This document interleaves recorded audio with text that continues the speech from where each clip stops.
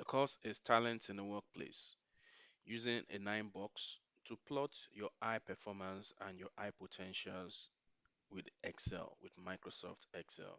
So with this course, we'll do an introduction into what we mean by potentials, high performance, and then how you can make use of Microsoft Excel to plot these individuals using nine box.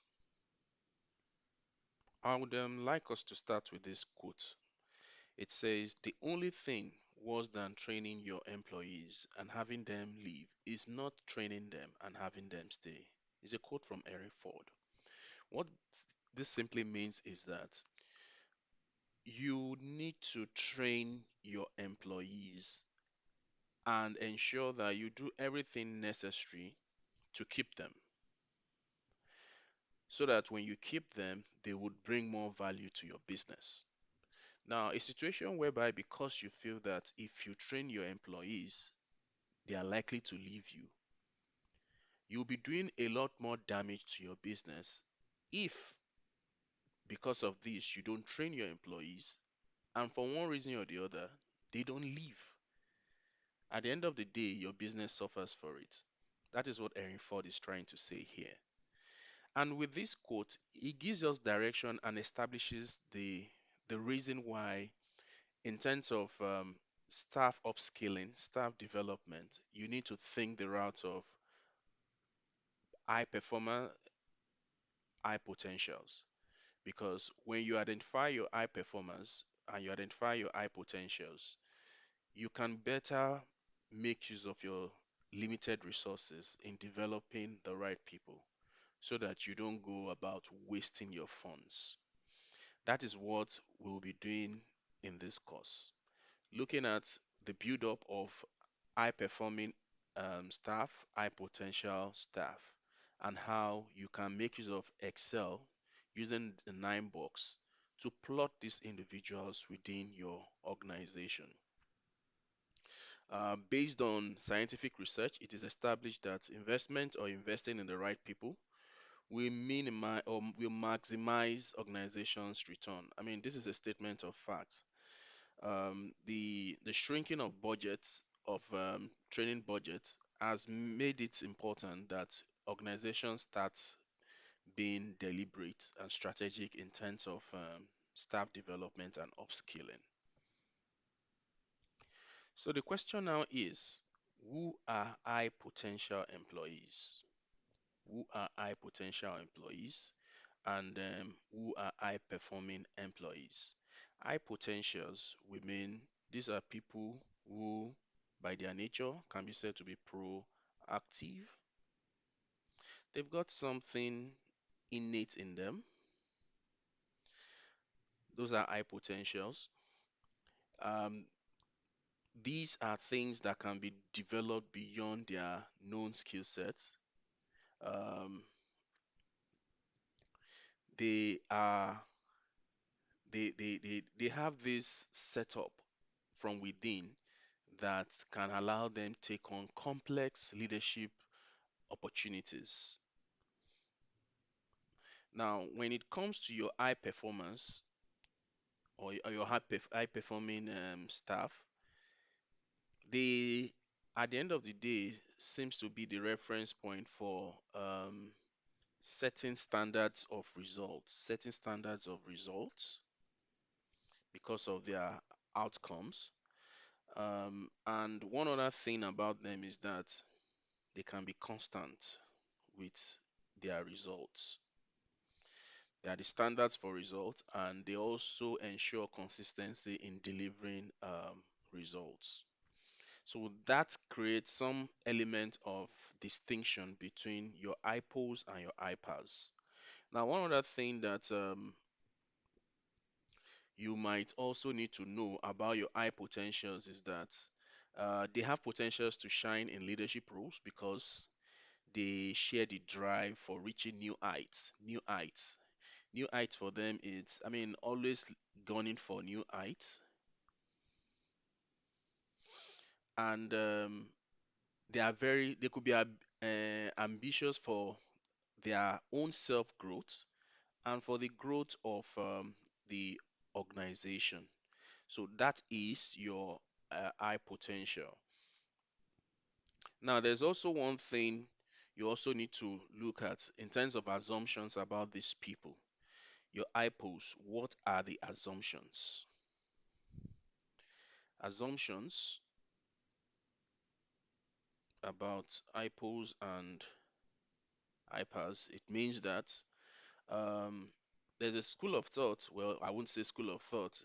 More often than not, you can say that all IPOs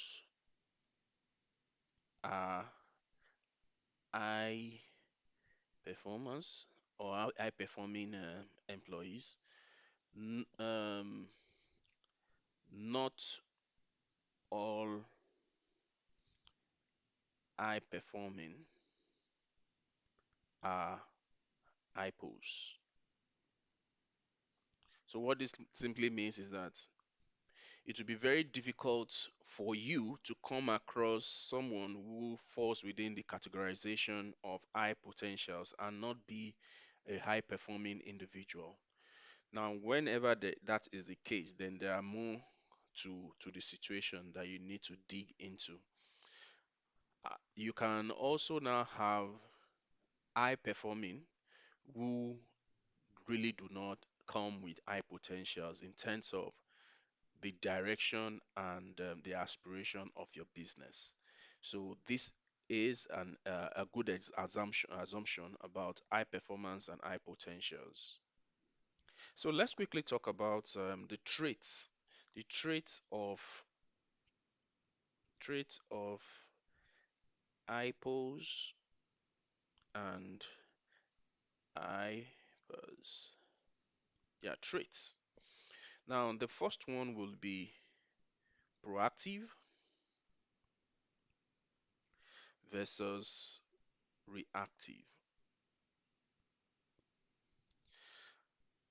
Your IPOs are known to be proactive.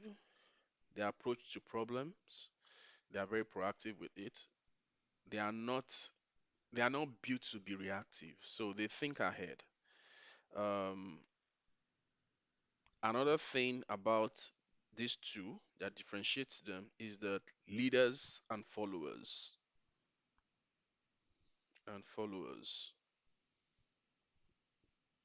Your average IPO is a leader, while your average high performing individual is a follower. These are traits that you need to watch out for. Um, your IPOs goes above and beyond their call of duty because you hardly would come across someone who is high potential and will tell you, oh, my job description is this, my job description is that. They tend to want to go beyond whatever it is that their job description dictates to them. Another trait to look into or consider will be receptive,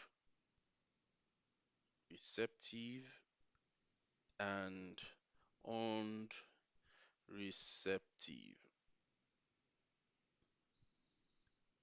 and unreceptive. Now, receptive and unreceptive, this is more about the approach to feedback. IPO are more about growth.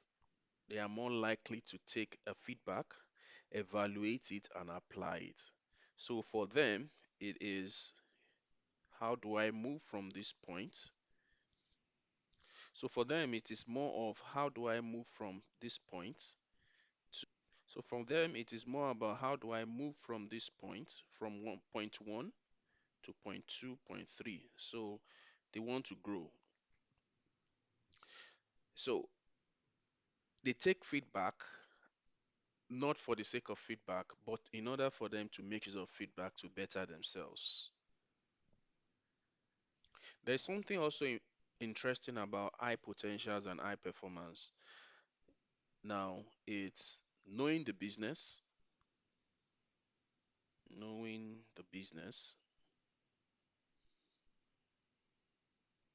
versus knowing the job.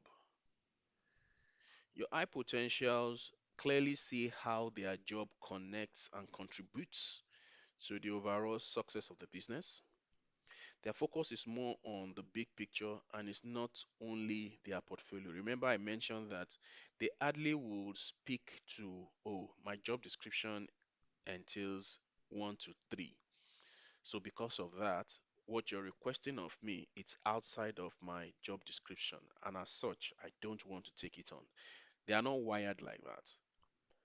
They are more about the business, more about challenges and how they can grow their ability within the context of what they currently have themselves doing.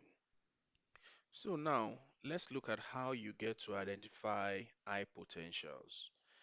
How to identify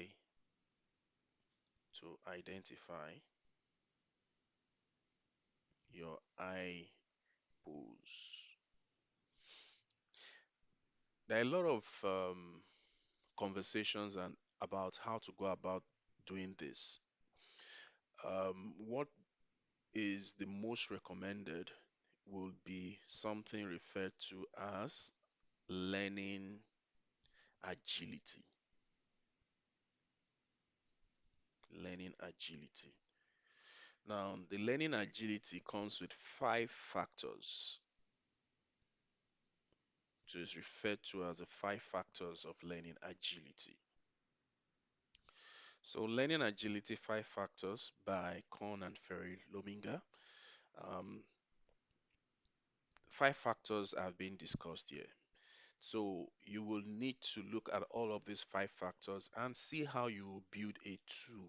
Already there are things existing around these five factors in terms of a tool to help you identify your high potentials, your high pools. So the first of this learning agility will be one, will be one mental agility. Mental agility.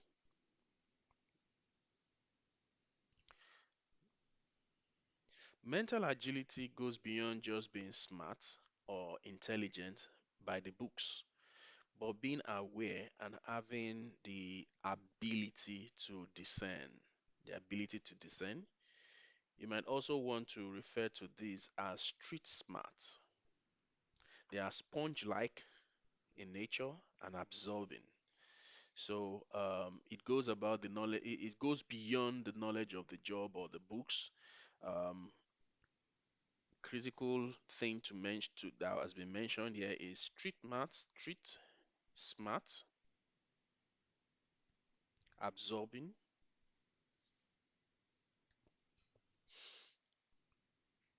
That is mental agility for you. The second one will be people agility. People agility. Agility is all about being the magnet, the go-to person in the room because of the um, usual or unusual approach. And these individuals are not anti-perspective, but adopting such inputs to derive best-in-class solutions. They are the kind of people that people galvanize or gravitate towards, and their approach to challenges most of the time is not common.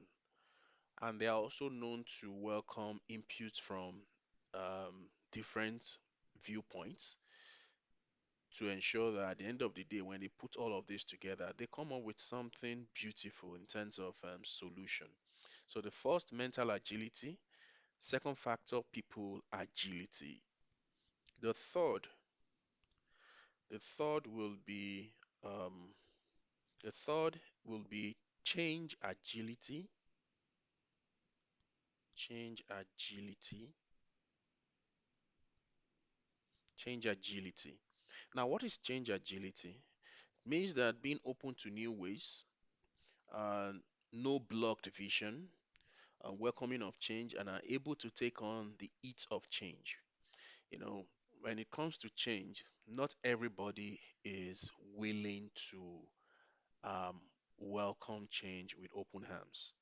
Now, when someone can be said to possess this quality, it means that this individual is open to new ways of getting things done, understands that with change there would come its or challenges with it. So, for this individual, they are welcoming when it comes to change. The fourth one will be result agility. Result agility. Now, result agility is performing exceptionally in new and first time situations through resourcefulness and collaboration. Remember, the key word here is performing exceptionally well in new, keyword new um, and first time situations. And how do they make this happen? By being resourceful and being able to collaborate with colleagues. That is result agility. Then we now have the fifth of these factors, which is self awareness. Self awareness. It is simple, and we can put it as simple as being aware of your strengths and your weaknesses. Because for you as an individual to be able to bring about that projection of excellence in terms of your work and how you relate with people, you need to have an extensive understanding of where your strength lies and where your weaknesses lies. So this all these that I've mentioned are the factors of learning agility. So I will take them again from the top. Learning agility, you have number one, which is mental agility. Number two, which is people agility. Number three, which is change agility.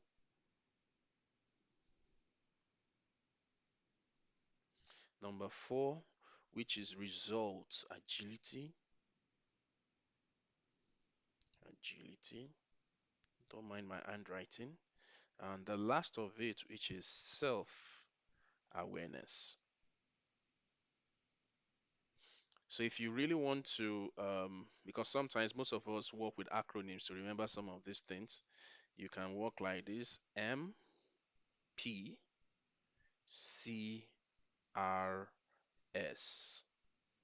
MPCRS.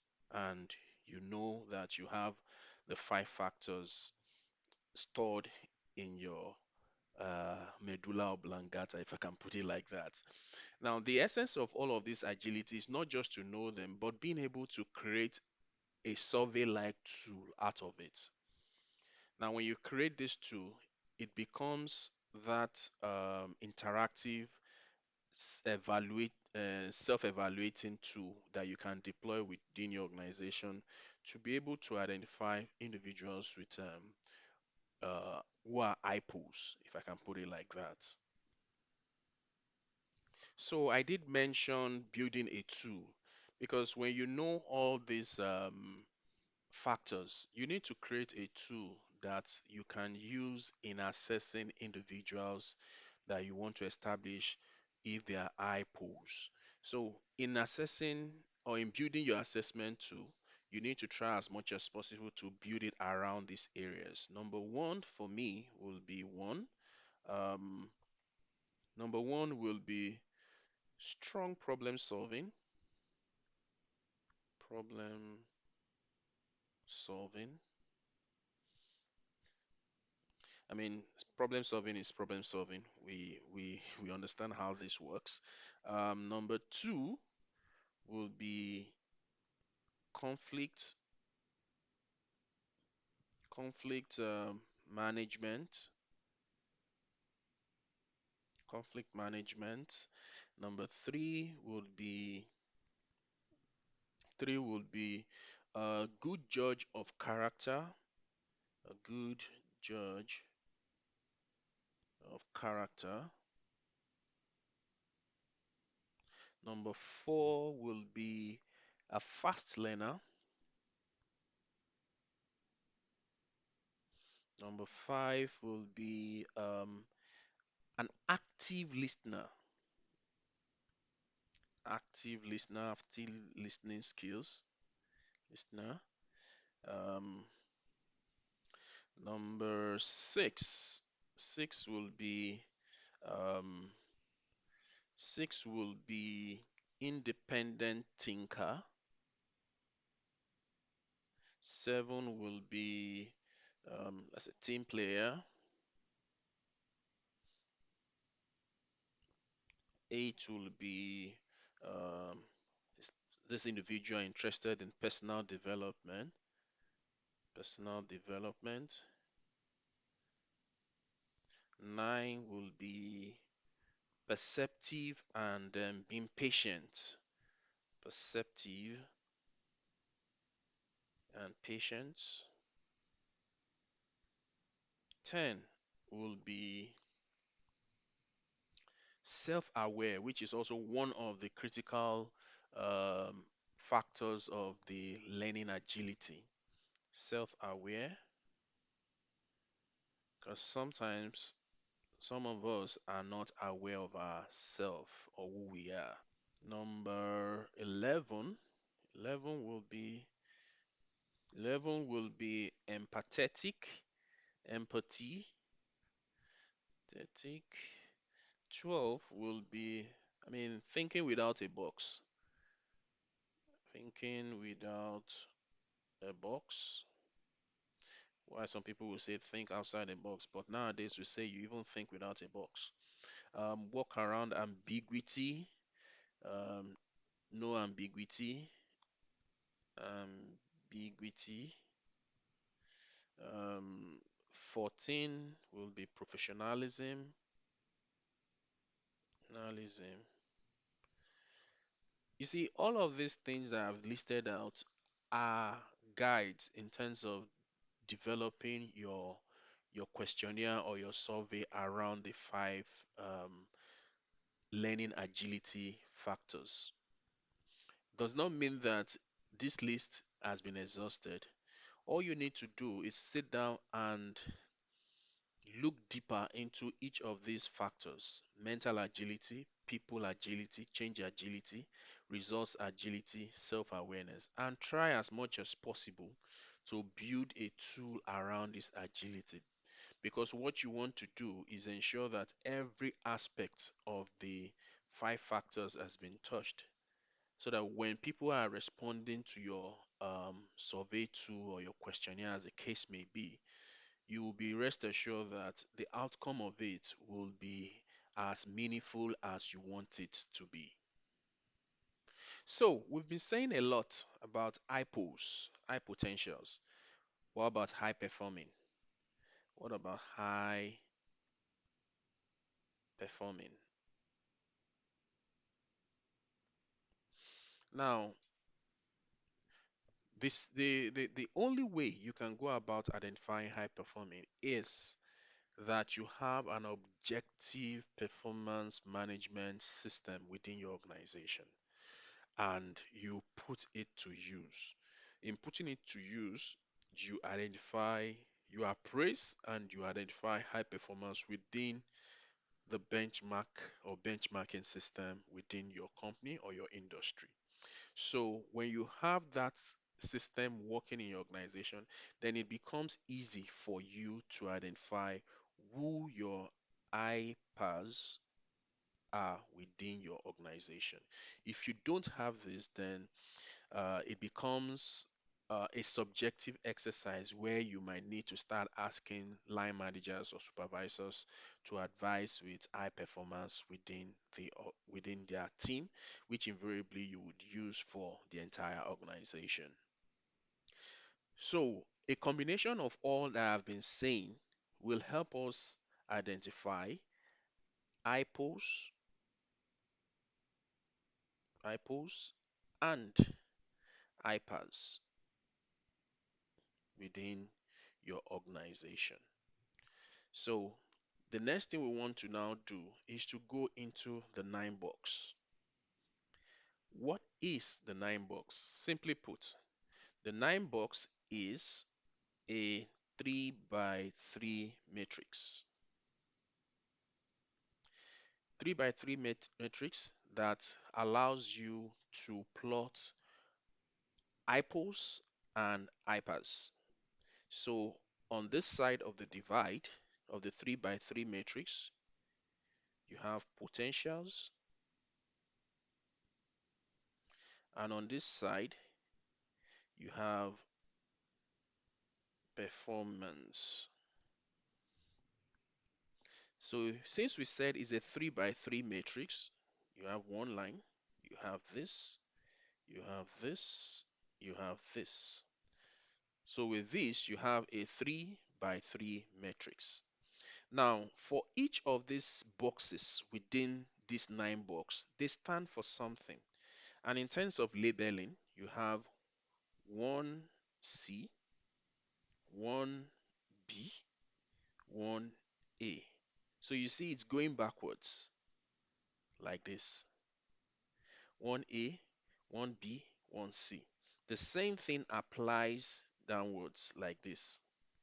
So if here is 1, then this place will be 2A, 2B, 2C. And here is 3A, 3B, 3C. Now, there's also one thing that is interesting with this 3 by 3 matrix. You have here low for the grid, and here you have high. While in the middle, you have moderate. Moderate. The same thing applies to this place, low, high, moderate. So this is what you have your nine box looking like. Remember, I said this place where you have high, for this place where you have high potential. So where you have high potential, you have high performance. That's 1A. Now, the reason why you have high performance is because if you look at the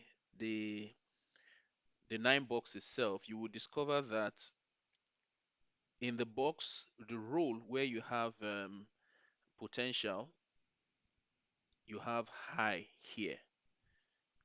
And where you have performance, you have high here. And when you come to this side, where you have potential, you have high here.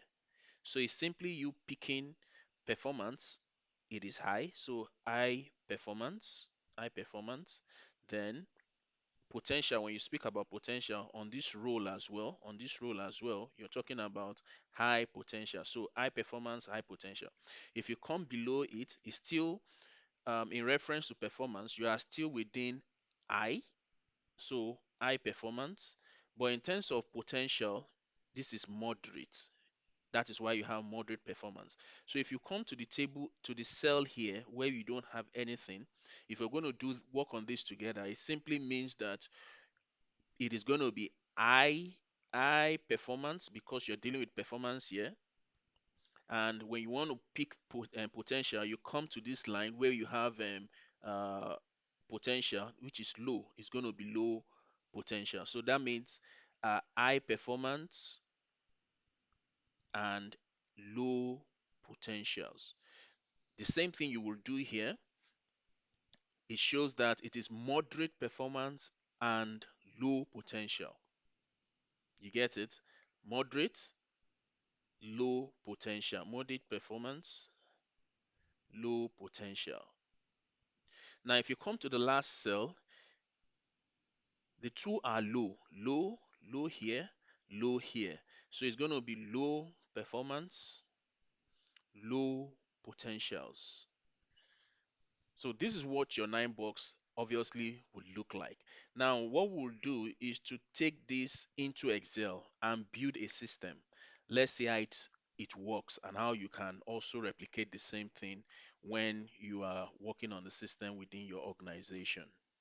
So for ease and time and ease of learning and the time requirement to build this tool, I have done something which I will just speak, I will speak through it. So the first thing you have here is, the first thing you will need definitely is your nominal role, your staff list. Now with your staff list, you have, so an example of what we have here is with the staff list, we have the staff identification number, you have their first name, you have the surname, you have the department in which they belong. So I'll stop that for the table for staff. Now let's talk about the grid. The grid is what we want to talk about here. So that's the first thing to be discussed, the grid. This is the grid. This is where you have the grid. All of this is the grid. Now, for the grid, it is section under 1, 2, and 3.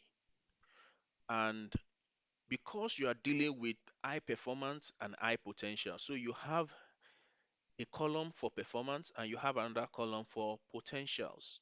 So again, if you remember what I showed you on the 9 box, you have low aspect of the 3 by 3 matrix, you have moderate, and you have high under performance. The same thing applies under potential, low, moderate, and high. Now in terms of performance distribution within your organization, now for this, in terms of distribution, you can be creative with it based on the policy and the philosophy that guides your appraisal system.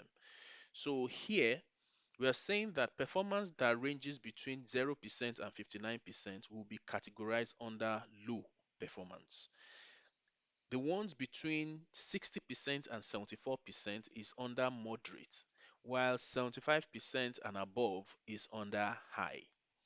If you go to potentials, it's saying that by the time you are done designing your tool and you administer that tool and everybody provided feedback and you do your scoring to identify the degree of potential amongst your staff, 0 to 41% is captured as low. Now, this is me working with my own range. You can work with yours, you can decide yours and work with it.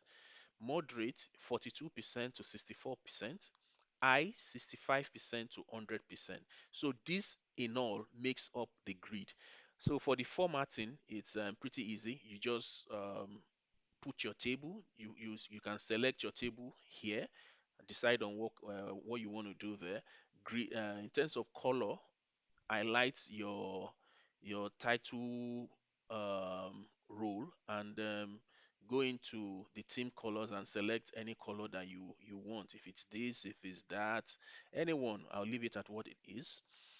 Then what you now do with the staff list that you have is to now look at the reality. For instance, Jenkins David, who is in finance department, in their for your appraisal, from the outcome of your appraisal, this person's score ranges between 0% and 59%.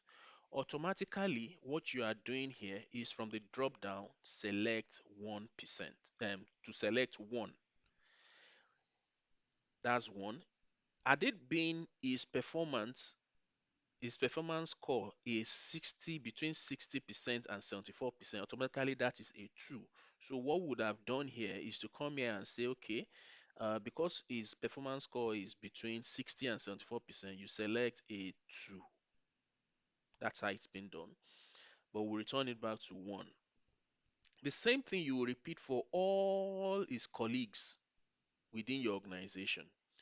And when you go to potentials, you're going to be doing the same thing. After the feedback you received in trying to assess the potential of Jenkins David, it came out that when you took the average of all the people that provided feedback in terms of Jenkins David, the rating was 65% to 100%. I mean, his score fell between 65 and above.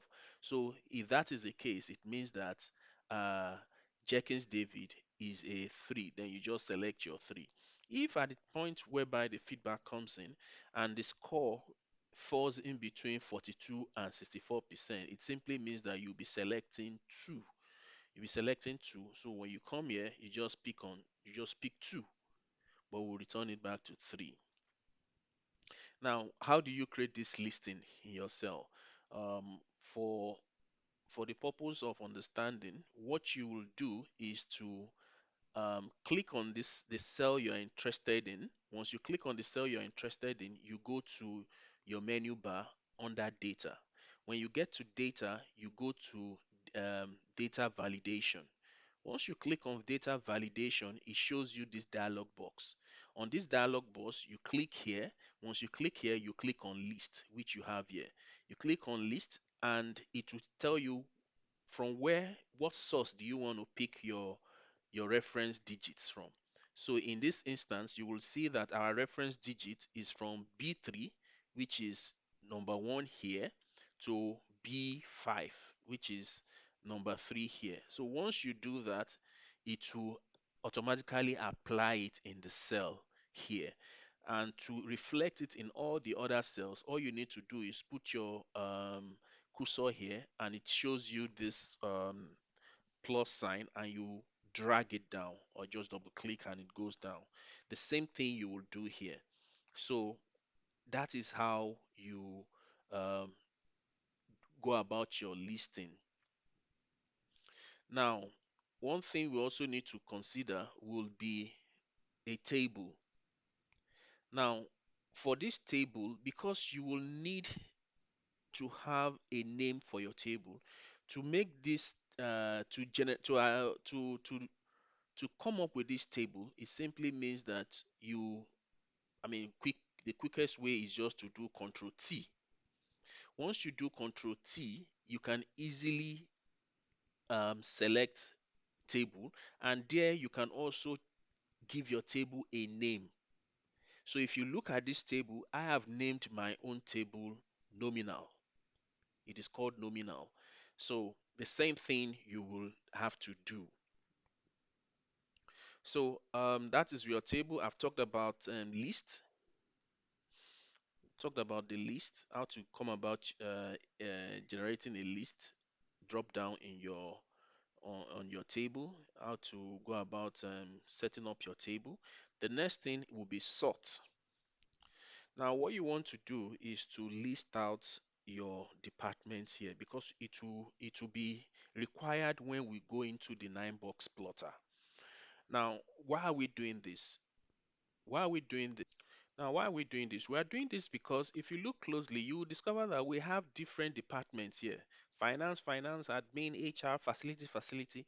If you don't do that, then you might as well just have repetition of departments. But with this here, departments here, using sort, it is easy for us to just have representation of just one department covering everyone who is in admin department. So here is a formula written there, which is to sort unique by the nominal. Now, nominal here is the name given to my table, the name given to my table, and department obviously is the subject being discussed, because I want all the unique departments to be listed out here. So equals to sort by unique, then by the nominal, which is the name of the table, and within the table you will see department. So if you've saved your table with any name, any other title on your table will reflect immediately you enter the name of your table, and you can just select, and that is it. Now you see that I close it by two brackets, because if you count 1 and 2, so those are two brackets, and you have to do the same thing at the end. Hence why you have all of these automatically plotted. So if I change any of these departments to something else, it will reflect here. So let's say, for instance, Jenkins George. Maybe we want to come up with another department. Let's call the department, what can we call it? HSE, for instance. HSE. You see that HSE has reflected, but let's return it back to what it used to be, marketing. So that is what you will need to first do with your data entry sheet. what you need to first do with your data entry sheet. The next is to now go into the 9-box plotter. So this is what your 9-box looks like. It's another sheet that I've created um, within my Excel document. So this is what the table looks like. So if you look to your left hand side, you will see potentials, just like what I've shown you in the table. Under potential, you have low, which is the lowest part of the 3 by 3 matrix. The mid part of it is moderate, and the upper part of it is high. Now you also see one, two, three. Remember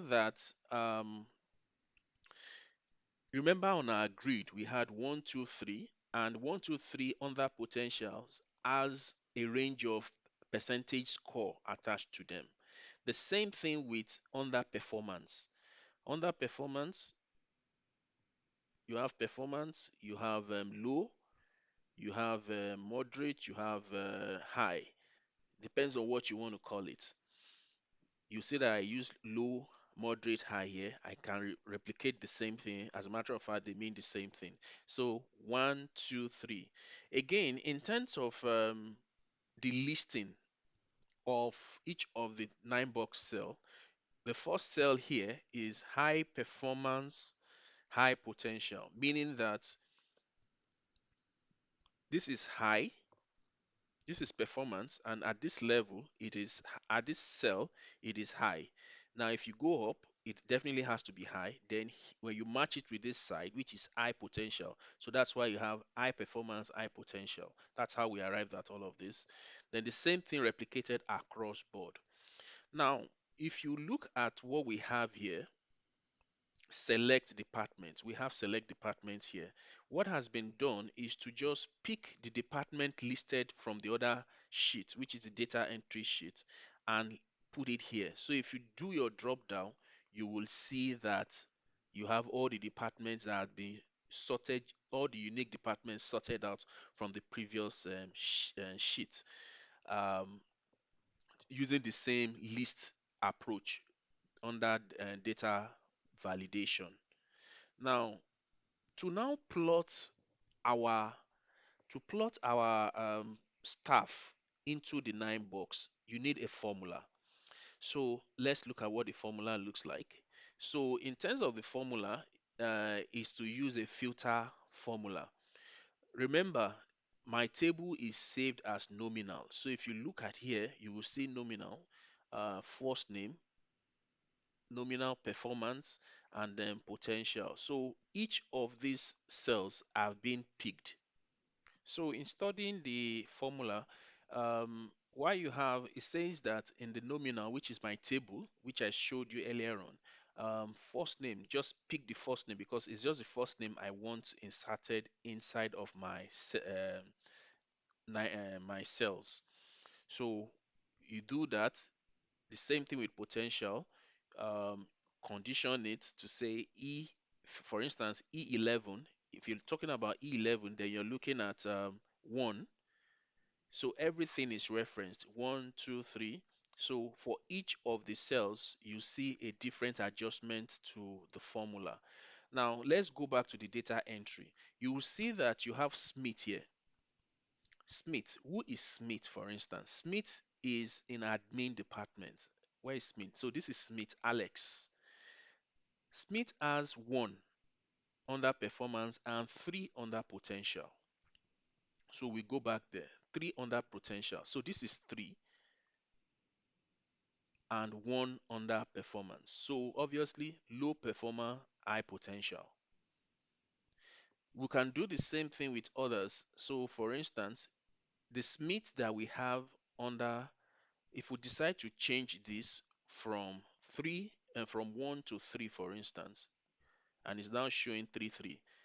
Let's see if it's still within the same box. You see that it has moved to high performance, high potential. Now, what you need to do, if we now impute all the data in all of these cells, let's say 3, 1 or 2, who else is there? Okay, let's do for the entirety of facility management, 2, 3, So I've entered the units for this course for each of everyone in facility. So let's go and see what it looks like for facility department, for instance. So you come here, you go to the drop down and you pick facility. Once you pick facility, you see where individuals are plotted. You see Albright here, Sawyer and Thomas here, another Thomas here. You have so that means in this department there are two Thomases, um, Crawford and Timmons, Perry. So that's how it works. Once you select any department, it will automatically reflect the individuals within the department. This is another department admin. So in a nutshell, that is how you create your 9 box. And what I have also done here is to also provide a link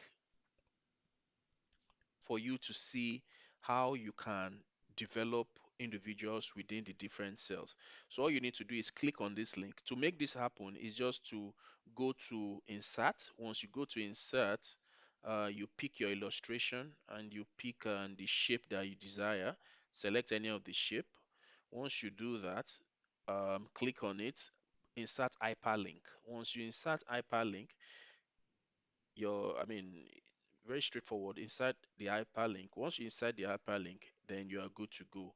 In formatting is just to give your shape a shadow, and then once you click on it, it takes you to the sheet that has been created for that purpose. Here you will see what you need to do to support individuals that you find in each of the cells. So this is pretty generic. All you need to do is now tailor it for individuals. Uh, so in a nutshell, that is how to go about implementing or creating a 9 box using Excel. You would also have access to this working document. Thank you very much for your time, and I hope you learned something.